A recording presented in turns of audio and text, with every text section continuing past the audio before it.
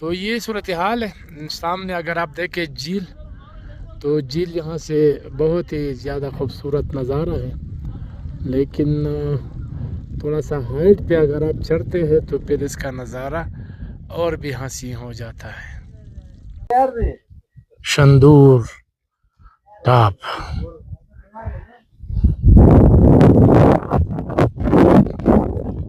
सूरज है लेकिन पावर बिल्कुल नहीं है।